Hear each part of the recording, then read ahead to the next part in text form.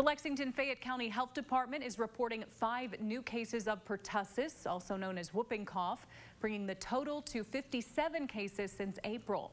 The contagious respiratory disease is spread by coughing and sneezing. Healthcare providers are telling caregivers to watch out for symptoms as the new school year approaches, which could make the outbreak worse.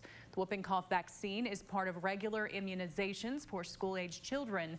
A booster is recommended for kids 11 and older. The health department encourages parents to schedule these shots ahead of the upcoming school year.